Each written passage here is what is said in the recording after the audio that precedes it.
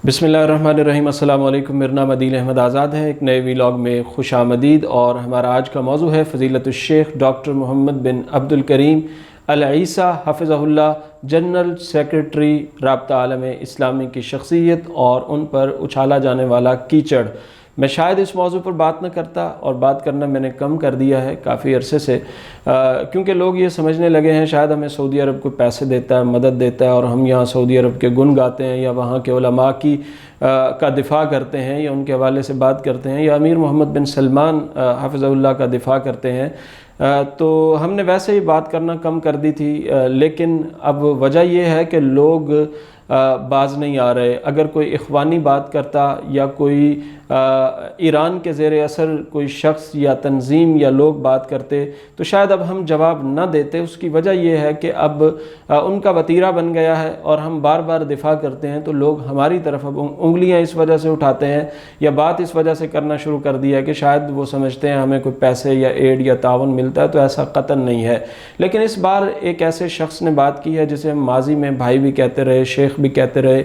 Medina university से फाजिल होने की वजह से, जामे इस्लामिया से पढ़ा हुआ होने की वजह से हम बहुत कद्र की निगाह से, इज़्ज़त की निगाह से और चार दोस्तों में बैठकर बड़े एहतराम से उनका नाम लिया करते थे। बल्कि बाज़ औक़ात उनके हवाले से, अब मैं उनका नाम भी यहाँ इसलिए नहीं लेना चाह रहा कि नाम लेकर किसी को तनकीद का निशाना बनाना हमारा वतीरा नहीं है। लेकिन मामला ये है कि उन्होंने फ़ज़ीलतुश शेख डॉक्टर मोहम्मद बिन अब्दुल करीम अल ईसा पर बड़ी बदतमीज़ी से तनकीद की है, और अमीर मोहम्मद बिन सलमान के हवाले से भी बड़ी बदतमीज़ी से उन्होंने उनका नाम लिखा है।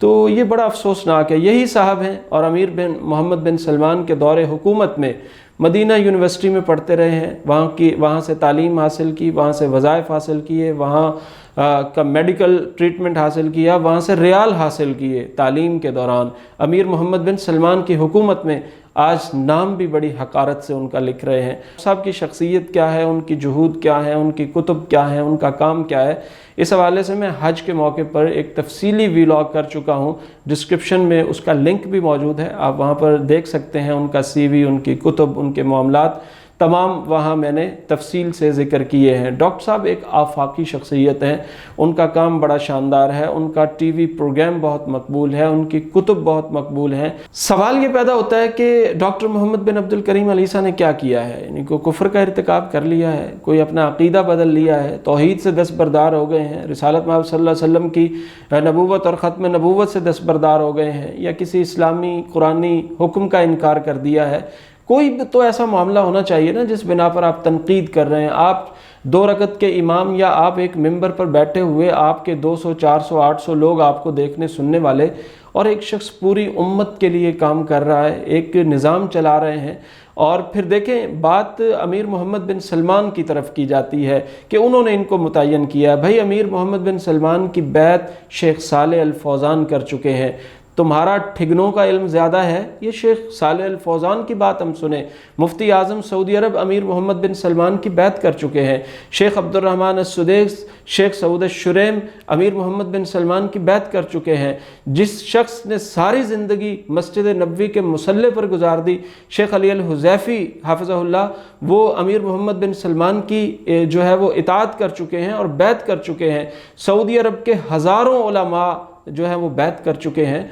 तो हम क्या किसकी बात माने? आप लोगों की बात माने जो वहाँ के वज़ाइफ हासिल करते रहे, जो वहाँ से तालीम हासिल करते रहे, जो वहाँ से मेडिकल ट्रीटमेंट लेते रहे, तमाम मामलात रियाल वगैरह लेते रहे, और अब आप आके आपका ईमान जाग गया। आपका ईमान तब क्यों ना जागा कि जब वहाँ पर आप मौजूद थे, आप वहाँ रहते हुए बात करते। तो इस तरह की हफ़वात यहाँ पर आकर उनका इजहार करना या इस तरह की बातें बहुत अफसोसनाक हैं।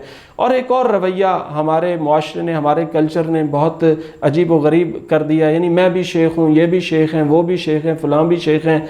और भाई, शेख बड़ा एक नाम होता है, शेख बड़ा एक मर्तबा होता है, और जिन्होंने 50-50 साल, 40-40 साल हदीसें पढ़ाई हैं, अल्लाह के नबी के अहकामात, अल्लाह के नबी के फ़रामीन, अल्लाह के नबी की सुन्नतें, अल्लाह के नबी की हदीसें, अल्लाह ताला का कुरान लोगों को समझाया है। बड़े बड़े शयूख मौजूद हैं। यानी अगर इनकार ही करना है अमीर मोहम्मद बिन सलमान और शेख डॉक्टर मोहम्मद बिन अब्दुल करीम अल ईसा का, تو پھر یہ بڑے شیوخ کیوں نہیں کرتے؟ یہ شیوخ الحدیث کیوں نہیں کرتے؟ یہ شیوخ التفسیر کیوں نہیں کرتے؟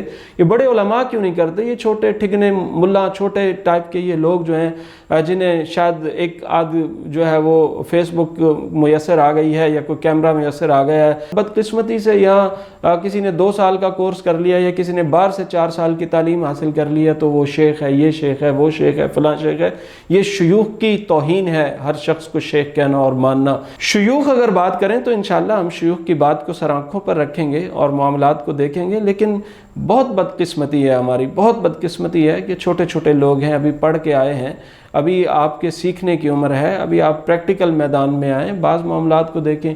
آپ ابھی سے جو حقارت سے، بدتمیزی سے اور توہین آمیز الفاظ استعمال کر رہے ہیں بڑے بڑے اسکالرز کو، آپ تو ایک صفحہ لکھا ہوا کتاب کا نہیں پڑھ سکتے جو فضیلت الشیخ ڈاکٹر محمد بن عبد الکریم العیسیٰ نے لکھی ہیں کتب، یا ان کے فیصلے یا ان کے خطوط یا ان کے کام یا ان کے اقدامات یا ان کے معاملات ہیں۔ تو یہ بڑا افسوسناک چلن ہے، اس کو روکنا چاہیے، اور شیخ اور شیوخ کی ڈیفینیشن بھی ہونی چاہیے، کون ہو سکتا ہے۔ دستار کے ہر پیچ کی تحقیق ہے لازم، ہر صاحب دستار معزز نہیں ہوتا۔ ہر شخص جس نے سر پر ٹوپی پہن رکھی ہے، رومال رکھا ہوا ہے یا پگڑی باندھی ہوئی ہے یا جبہ کبا جو ہے وہ انہوں نے جسم پر زیب تن کیا ہوا ہے تو وہ معزز ہو گیا ہے یا اس کی بات معزز ہو گئی ہے۔ ہم دیکھیں گے، پرکھیں گے، اور ہم نے فضیلت الشیخ ڈاکٹر محمد بن عبد الکریم العیسیٰ کی شخصیت کو بھی اگر قابل دفاع سمجھا ہے یا ان کے حق میں ہم بات کرتے ہیں تو اس وجہ سے نہیں کرتے کہ وہ کوئی عالم ہیں یا اسکالر ہیں، ہم اس وجہ سے کرتے ہیں کہ وہ عالم اور اسکالر ہونے کے ساتھ ساتھ صاحب دلیل آدمی ہے، صاحب احترام آدمی ہے، ان کا کام ہے۔ یعنی یہ لوگ اگر قومی سطح کے کسی اخبار میں بھی چند جملے لکھنے کے قابل ہونا تو بھی ہم انہیں مان لیں۔